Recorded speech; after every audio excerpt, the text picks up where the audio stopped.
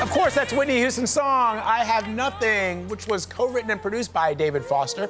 Foster has won, get this, 16 Grammys and created hits for Houston, Celine Dion, the band Chicago, among many others. Now, he's composed his first Broadway musical. Foster wrote the music for the new show, Boop, the musical, based on the 1930s cartoon. Check it out. Born and bred like some of us are fresh off any Greyhound bus, it takes a whole head to spin. My head is exploding! Suddenly it holds your And David Foster joins us here in studio. Good morning. So good. So good, so good. So we were just talking during the commercial because I was sort of astonished, knowing your legendary career, knowing all the hits that you've composed, that this was your first Broadway musical. Right, and Gayle asked that earlier. Yeah. You know, the fact is, nobody ever asked me to write one before. So they said, Did you well, want to do it? Did you want to do Not it? really. And then somebody, the Boop people came along and said, would you like to try? And I was like, yeah, nobody else is asking, so sure. I mean, I just said sure because I had never done it before. What's the process like compared to writing pop songs? And was it hard? Was this hard for you? It's a different process. You know, you Yeah. have to write a lot of songs.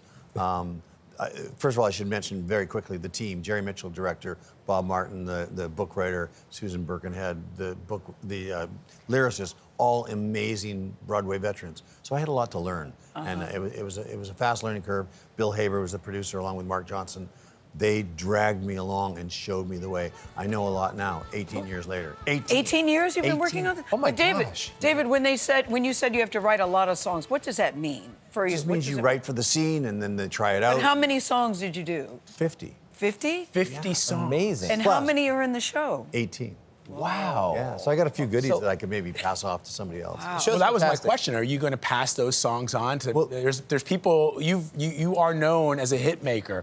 If you've got a song that's in your drawer, Yeah. you want to give it to somebody like Well, I never had a drawer before. I never understood what that concept was because in my life making records, it was like we just wrote what we needed, nothing extra. It all got used, right? Yeah. So I have a drawer for the first time. So I am working on another show, and so maybe I'll snap, you know. But I'm fascinated the fact that something would be hard for you. That sort of gives me a kick, actually. It's exciting. To know that this is hard for you. Well, I've been in space, and this is harder than being in space. But hopeful. But Did you enjoy the process? off and on.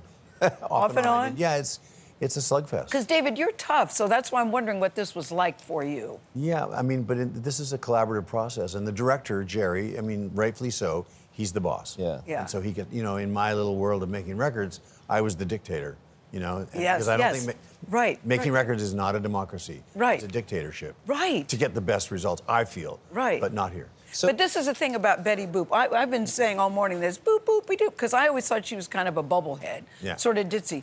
That is not the case about who Betty Boop really was. She really was a symbol about women Yeah, empowerment. she's smart, she's independent, she's sexy, and she has knowledge. Every time she speaks, there's sort of a semi-lesson, and the show is fantastic. It I mean, really is. There's not that many shows on Broadway now for kids. So we're 8 to 80. There's, of course, Lion King and Wicked, you know, the standbys, but there's not many new shows that you don't have to cover your kids' ears with, and this is one of them. It's just fun, it's light, and it's entertaining. How about the cast? Jasmine, I thought, who plays Betty, and the 17-year-old. I thought they were amazing. Angelica, Jasmine, Ainsley, Faith Prince, the How do Broadway you? royalty. Yes, Faith. Yes. Steve DeRosa. Yeah, How do we you have rate their performances? What do you see when you look at them on stage? Just joy.